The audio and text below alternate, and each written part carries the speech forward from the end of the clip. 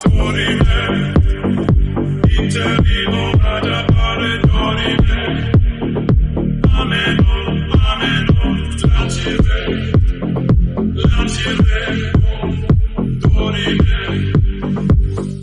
வணக்கம் சார். வணக்கம். புது படங்கள் வந்து தயாரிக்கிற நிறுவனமா இருக்கட்டும், அப்படி புது இயக்குனர் அறிமுகப்படுத்துற ஒரு விஷயமா இருக்கட்டும். சரி, ஒரு பக்கம் பிரதீப் ரங்கநாதன் வந்து அவரும் வந்து ஆரம்பத்துல இருந்து எப்படி வந்தாருன்ற ஒரு வரலாறு நமக்கு தெரியும். அதுக்கப்புறம் வந்துட்டு டூரிஸ்ட் ஃபேமிலி அப்படின்ற ஒரு டைரக்டர், அந்த படமும் எந்த அளவுக்கு போச்சு, எந்த அளவுக்கு வருவாயை கொடுத்துச்சு அப்படின்றது. பட் இவர் 2 பேரையும் வந்து கம்பேர் பண்ணும் பொழுது, ஸோ அந்த அபிஷேக்கு வந்து கொஞ்சம் மனசுக்குள்ள ஒரு கஷ்டம் இருக்கும் பொழுது, அவரையும் என்னையும் எதுக்கு கம்பேர் பண்ணி பேசுறீங்க அப்படின்ற ஒரு விஷயம். பட் இப்ப அவருடைய ஸ்டோரி கூட அந்த லவ் ஸ்டோரி தான். சேம் வந்து பிரதீப் ரங்கநாதன் கமல்ஸுக்கும் அந்த லவ். ஸோ இந்த 2க்கும் இடையில ஒரு முடிச்சு போடுற மாதிரி ஒரு சூழல் வந்து நெட்டிசன்கள் வந்து அதை நல்லா வந்து பத்த வச்சுட்டாங்க. ஸோ இது வெடிக்குமா வெடிக்காதா அப்படின்ற மாதிரி தான் நடந்துட்டு இருக்கு. இதை பத்தி உங்களோட கருத்து? இல்லைங்க, அபிஷன் ஜீவித்த அவர் நடிப்பு அதெல்லாம் பார்த்தீங்கன்னா பிரதீப் ரங்கநாதனோடு கம்பேர் பண்ணவே முடியாது. சரி. பிரதீப் ரங்கநாதன் வந்து இன்னைக்கு இருக்கிற இளைஞர்களுடைய பல்ஸா மாறிட்டார். பல்சர் பல்ஸ் என்ன வேணாலும் நீங்க வச்சுக்கீங்க. அப்படி ஒரு நெருக்கமான இடத்தை நோக்கி அவர் நகர்ந்துட்டாரு. இன்னொன்னு அவருடைய படம் வந்து 100 கோடி ரூபாய்க்கு மேல வசூல் பண்ணதுனால சொல்றாங்க. ஆக்சுவலா அபிஷன் ஜீவித் படமும் 100 கோடி வசூல் பண்ணிச்சு. அப்ப அவரு 2 பேர் படமுமே 100 கோடியை தாண்டும் பொழுது 2 பேரும் ஒண்ணு, இன்னைக்கு வளர்ந்து வர்ற நட்சத்திரங்கள்ல 2 பேரையும் ஒன்னா பார்க்கலாம் அப்படின்லாம் கருத்துக்கள் சோசியல் மீடியாவுல போகுது. அதுக்கு வந்து இவரு உடன்படல. அவர் என்ன சொல்றாரு, அவருடைய ஸ்டைல் ஆஃப் இதுவே வேற, நடிப்பே நம்மளது வேற. இவர் ஒரு சாஃப்டான நபர், அவர் வந்து ஒரு பிரதீப் ரங்கநாதன் ஒரு அதிரி புதிரியான ஒரு ஆள். இப்ப 2 பேரையும் ஒப்பிடுவதுங்கிறதே சரியா இருக்காது. அவருடைய பாதையில அவர் நடிக்கிறாரு, என் பாதையில நான் நடிக்கிறேன், ஒப்பிடாதீங்கன்னு அவர் சொல்றாரு. அது ஒரு வகையில் சரிதானே. இல்ல, எப்படி இருந்தாலும் எவ்வளவு பேர் வளர்ந்த நடிகரா இருக்கட்டும், எப்படி இருந்தாலும் யாரோடைய ஒரு டச் இல்லாம இருக்காது. அவங்கள பின்பற்றாம அவங்களுக்கான அந்த நடிப்பு அப்படின்றது அது காலங்காலமே ஒருத்தர் இப்ப சிவாஜி ஐயா பார்த்திருக்காங்கன்னா அதை சார்ந்து என்னென்ன விஷயங்கள்லாம் புதுசா இவங்க கொடுக்க முடியுமோ அதை தான் கொடுக்க முடியும். ஆனா இருந்தாலும் விதை அங்கிருந்து இதான் எடுக்கப்பட்டதா இருக்கும். சோ இதை பத்தின உங்களுக்கு கருத்து? இல்லங்க, சிவாஜி காலம் எல்லாம் முடிஞ்சு போச்சு. அது சிவாஜி சாயல் இல்லாமல் நடிக்காதவர்கள் யாருமே இல்லைன்னு சொல்லும் பொழுது ஒரு ரஜினிகாந்த் வர்றாரு. அவரு சிவாஜி சாயல் அவர்கிட்ட இருக்காது. அதுக்கப்புறம் வர்றவங்க எல்லாமே ரஜினியை ஃபாலோ பண்ண ஆரம்பிச்சிட்டாங்க. இப்போ வந்து பல பேர் விஜய் அஜித்தை ஃபாலோ பண்ண ஆரம்பிச்சிட்டாங்க. அந்த நடிப்பு சாயல்ங்கிறது யாரோ ஒருத்தருடைய இதா பின்னோடியா இவங்க இருக்காங்க. அதெல்லாம் ஓகே. ஆனால் இன்னைக்கு காலம் மாறிக்கிட்டே இருக்கு. இன்னைக்கு இருக்கிற பல பேர் வந்து இப்ப பிரதீப் ரங்கநாதனே பாத்தீங்கன்னா தனுஷை ஃபாலோ பண்றாங்க, சிலர் சிம்பு ஃபாலோ பண்ணுவாங்க. அப்ப அடுத்த தலைமுறை வந்துருச்சு. அப்போ நம்ம இன்னும் சிவாஜி காலத்திலே இருந்தோம்னா நியாயமா. சிறப்பு சிறப்பு. சார், தனுஷ் அவர்களும் மறுநாள் தாக்கும் இவங்க வந்து ஒரு ஒரு நிகழ்ச்சியில கலந்துக்கிட்டாங்க, போட்டோ எடுத்துக்கிட்டாங்க. இவர் நடிகர், இவங்க நடிகை. இத போட்டோ எடுத்துக்கிறது தப்பே இல்லையா? 2 பேரும் சேர்ந்து நடிக்கிறத பாக்குறாங்க. ஒரு ஃபங்க்ஷன்ல மீட் பண்ணா நம்ம மக்களுக்கு பொறுக்க மாட்டேங்குது. இது வந்து இந்த நெட்டிசன்கள்லாம் என்ன பண்றாங்கன்னா ஒரு விஷயத்த பண்ணிட்டாங்க. தனுஷ் வந்து கல்யாணம் பண்ணியிருக்காரு, நம்மளை ஒரு வார்த்தை கூட கூப்பிடாம விட்டாருப்பா அப்படின்லாம் போடுறாங்க. உண்மையிலே அவங்க கல்யாணம் நடந்துச்சா நடக்கலையான்றது சொல்லிடுது. ஆக்சுவலா இந்த வதந்தி வந்து ஒரு 15 நாளா ஓடிட்டு இருக்கு. என்ன சொல்றாங்கன்னா, பிப்ரவரி 14ஆம் தேதி அவங்க 2 பேரும் கல்யாணம் பண்ணிக்க போறாங்க அப்படின்னு ஒரு தகவலை சொல்றாங்க. இது வந்து நம்ம உடனே தனுஷ் தரப்புல விசாரிச்சோம். ஏன்னாங்க இப்படிலாம் தகவல் வருது, அது எப்போ கல்யாணம், எங்க நடக்குது, எங்களுக்கு எல்லாம் அழைப்பு இருக்கா அப்படின்லாம் கேட்கும்போது பயங்கரமா அவங்க சிரிச்சாங்க. ஆக்சுவலா சார், அப்படிலாம் வந்து ஒரு விஷயமும் நடக்கல, சும்மா வந்து ஆளாளுக்கு ஏதோ அடிச்சு விட்டுட்டு இருக்காங்க, அப்படிலாம் ஒண்ணும் கிடையாது அப்படின்றாங்க. உள்ளபடியே தனுஷ் ரொம்ப பிஸியா இருக்காரு. உங்களுக்கு தெரியும், நிறைய படங்கள்ல அவர் நடிச்சிட்டு இருக்காரு. இப்போ வந்து அவருடைய பையனை ஹீரோவா அறிமுகப்படுத்த போறாரு, யாத்ராவை. அந்த படத்தை அவரே தயாரிக்கிறாரு, அவரே இயக்குறாரு. அதுக்காக தான் வந்து ஒரு 2-3 நாளைக்கு முன்னாடி திருப்பதியில போய் அந்த பையனோட சாமி கும்பிட்டு வந்திருக்கு. அப்ப அவர் வந்து கல்யாணம் பண்றது முக்கியம்னு போவாரா, பையனை ப்ரொமோட் பண்றது முக்கியம்னு இருப்பாரு. அதனால சும்மா பொழுது போகாத யாரோ கிளப்பி விட்ட வதந்தி தான். Okay okay. இல்ல, வதந்தியா இருந்தாலும் அது நல்லா இருந்தது அப்படின்ற ஒரு விஷயத்தை தான் வந்து சிலர் அதாவது அப்படின்ற ஒரு விஷயத்த வந்து கமெண்ட்ல வந்து 5000 பேர் 10,000 பேர் பண்ணுவான். அதுல அவனுக்கான ஒரு சந்தோஷத்தை வெளிப்படுத்தும் போது அது நம்ம கண்ணுக்கு தெரியுது, என்ன பண்றது. Okay sir. சோ அப்ப இதெல்லாம் வந்து பொய் தான், பொய் உறுதியா பொய். தனுஷ் சார், கண்டிப்பா வந்து நம்மளோட நிகழ்ச்சியில சில விஷயங்கள் பார்க்கும் பொழுது இது உங்களுக்கு எங்களோட சப்போர்ட் அப்படின்ற மாதிரி ஒரு விஷயங்கள் அந்தரன் சாரே சொல்லிட்டாரு. சிறப்பு சார். சரி, இப்போ அதுக்கப்புறம் வந்துட்டு கண்ணன் ரவி சாருடைய ப்ரொடக்ஷன்ல புதுமுக தயாரிப்பாளர்களுக்கும், அதாவது புதுசா வரக்கூடிய இயக்குனர்களுக்கும் சில வாய்ப்புகள். எப்படி ஒரு தயாரிப்பு நிறுவனம் ஒரு புதுசா ஒரு இயக்குனர நம்பி இவ்வளவு பணத்த போடணும்னு நினைக்குது? புது கதைகள கொண்டு வான்னு சொல்லி நெறைய விஷயங்கள் எல்லாம் பார்க்குறாங்க. இதுல அவங்க தேர்ந்தெடுக்கிற ரகசியம் என்ன? ஒரு ரகசியமும் கிடையாது. ஆக்சுவலா கண்ணன் ரவி அவர வந்து நாம இப்ப துபாயில சந்திச்சோம். ம். அவர ஒரு பேட்டி எடுத்து வலைப்பேச்சுல போட்டிருக்கோம். ஓகே. வாய்ப்பு இருந்தா பார்க்க சொல்லுங்க. அவர் வந்து இங்க திட்டக்குடிங்கிற ஊர்ல இருந்து ஆ. துபாய்க்கு போனவரு. சரி. ரொம்ப அடிப்படையிலேருந்து தன் வாழ்க்கையை துவங்கினவர். இன்னைக்கு கிட்டத்தட்ட துபாயில ஒரு பெரிய சாம்ராஜ்யமா வளர்ந்து நிக்கிறாரு. ம். அவருக்கு ஒரு 1000 கோடி 2000 கோடிங்கிறது சின்ன பணம் தாங்கிற அளவுக்கு வளர்ந்து நிக்கிறாரு அவரு. சரி. அவருக்கு வந்து ஒரு பேஷன். ம். நம்ம நிறைய படங்கள் எடுக்கணும். முக்கியமா சின்ன படங்களா எடுக்கணும். ம். ஒரேடியா 400, 500 கோடிக்கு படங்கள் எடுப்பதை விட ம். ஒரு 20 கோடி, 10 கோடி இந்த ரேஞ்சில படங்கள் எடுத்து ம். நிறைய பேருக்கு வாய்ப்பு கொடுக்கணுங்கிற ஒரு எண்ணம் எல்லாம் அவருக்கு இருக்கு. ம். நம்ம பேசும்போது நம்மகிட்ட அவர் ஷேர் பண்ணாரு. Okay, okay. அப்போ அவர் என்ன சொல்றாருன்னா, நிறைய பேர்கிட்ட நான் கதை கேட்கறதுக்கு ரெடியா இருக்கேன் ம். சார்.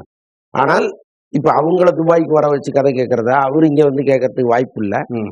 அது மாதிரி ஒரு சின்ன காம்ப்ளிகேஷன் இருக்கு. இதை தாண்டி அப்பப்போ அவர் அங்க வர வச்சு கதைகள் கேட்டுக்கிட்டு இருக்காரு. ஓகே. நேரம் கிடைக்கும் போது கதைகளை கேட்டுக்கிட்டு இருக்காரு. நல்ல கதையா இருக்கிற பட்சத்துல அந்த சின்ன பட்ஜெட் ஒரு 10, 12 கோடியில ஒரு படம் எடுப்பதற்கு அவர் தயாரா இருக்காரு. ம். அதனால ஒரு லாங் ரன் போவாருன்னு நான் நம்புறேன். ம். இதற்கிடையில் பல பெரிய நிறுவனங்கள், அதாவது ம். பெரிய நடிகர்கள் வந்து நம்ம படம் பண்ணலாம் சார்லாம் ஒரு அப்ரோச் பண்றாங்க. ம். அதுவும் அவர் பண்ணுவாருன்னு நினைக்கிறேன். ம். ஏன்னா வெறும் சின்ன படங்கள் மட்டும் பண்ணுவதை விட ம். நடுவுல ஒரு பெரிய படம், ம். ஒரு 200, 300 கோடியில ஒரு படம், ம். அதுக்கப்புறம் ஒரு 10 சின்ன படம். ம். அப்படியும் அவருக்கு ஒரு எண்ணம் இருக்கு. ஓகே. அதனால யாராருக்கு அந்த அதிர்ஷ்டம் வாய்க்க போகுதுன்னு நமக்கு தெரியல. சரி. நல்ல வேளையா அவர் இப்ப தயாரித்த ட்ரிபிள் டி படம், ம்.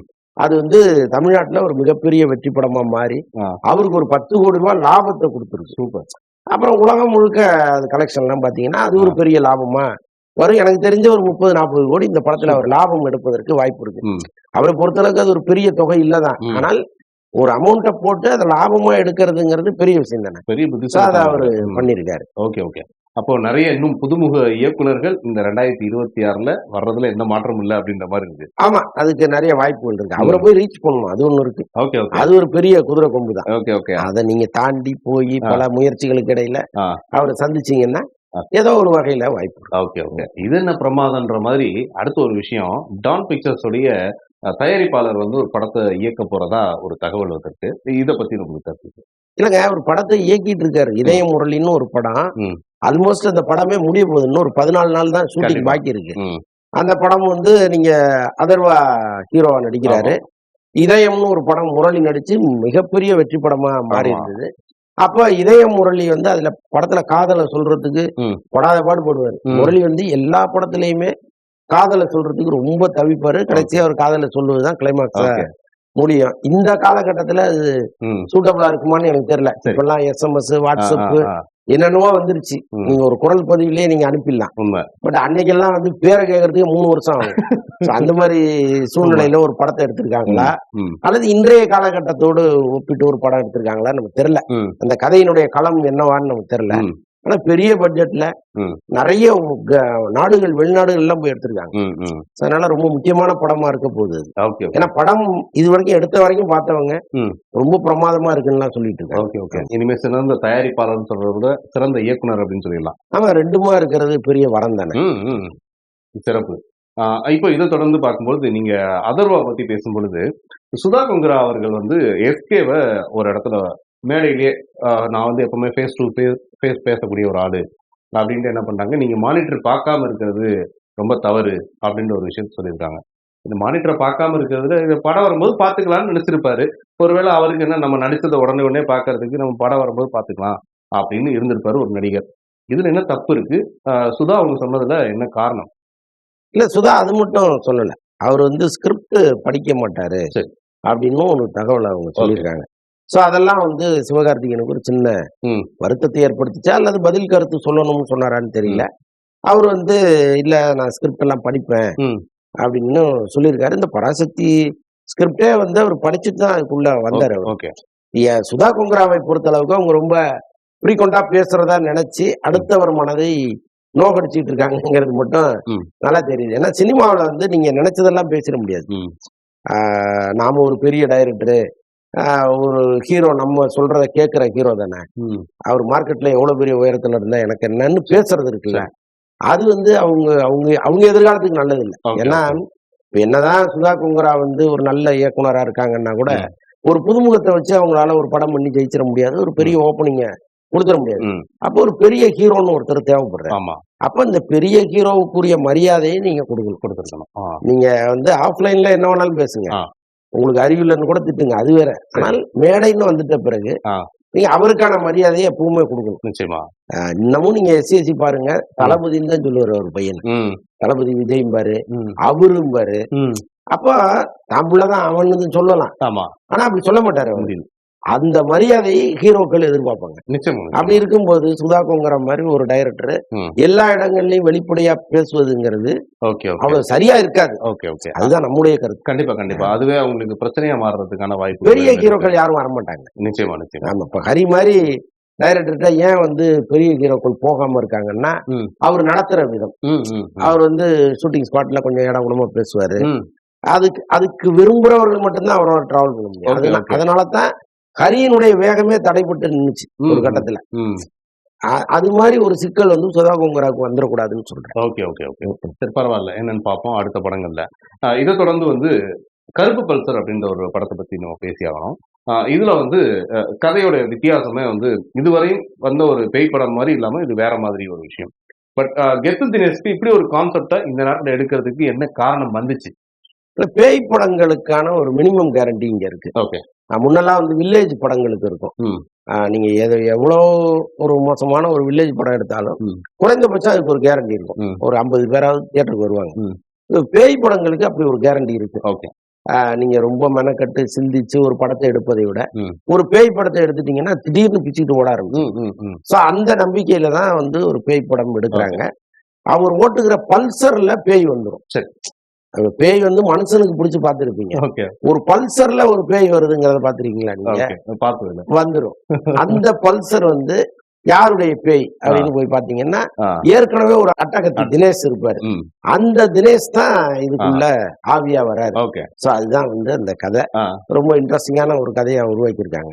ஒரு புது இயக்குனருக்கான ஒரு பார்வை. இது வந்து ஒரு பொல்லாதவன் வந்து எடுக்கப்பட்ட ஒரு நாட்டு அப்படின்ற மாதிரி. ஏன்னா அந்த படத்துல வந்து இந்த பல்சர் வண்டிக்கு எவ்வளவு ஒரு முன்னுரிமை கொடுத்திருந்தாங்க அப்படின்றதான்.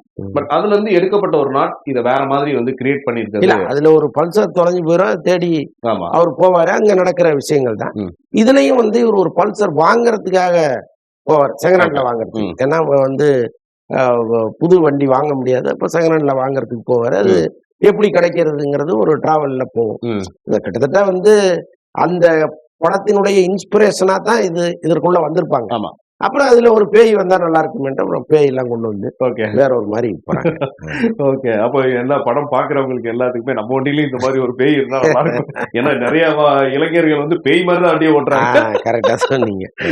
ஏன்னா ஒரு விஷயங்கள்ல வந்து இன்னைக்கு ஒரு லட்ச வண்டி இருக்குன்னா அந்த லட்ச வண்டியும் பறந்துகிட்டு தான் இருக்கு. அந்த மாதிரியான ஒரு விஷயம். சோ இந்த நேரத்துல வந்து வாகனத்தை வந்து தயவு செய்து இளைஞர்களே கொஞ்சம் பாதுகாப்பா ஓட்டுங்க, மக்களுக்கும் ஒரு பாதுகாப்பா இருக்கும் அப்படின்றதுதான். என்ன சார், அப்புறம் வந்து இயக்குனர் சங்கர் அவரை பத்தி நம்ம பேசி ஆகணும், ஏன்னா மறந்துட்டோம் அப்படின்ற மாதிரி தான் இந்த நேரத்தில் சொல்லிடணும். இவருடைய அடுத்த ப்ராஜெக்ட் என்ன மாதிரி இருக்கும்? ஒருவேளை இந்தியன் 3 வந்து கொண்டு வரதுக்கு வாய்ப்பு இருக்கா? இல்ல, இந்தியன் 3 வந்து நிறைய பஞ்சாயத்துல சிக்கிருச்சு. ஆக்சுவலா இந்தியன் 2 வந்து பெருசா போகல.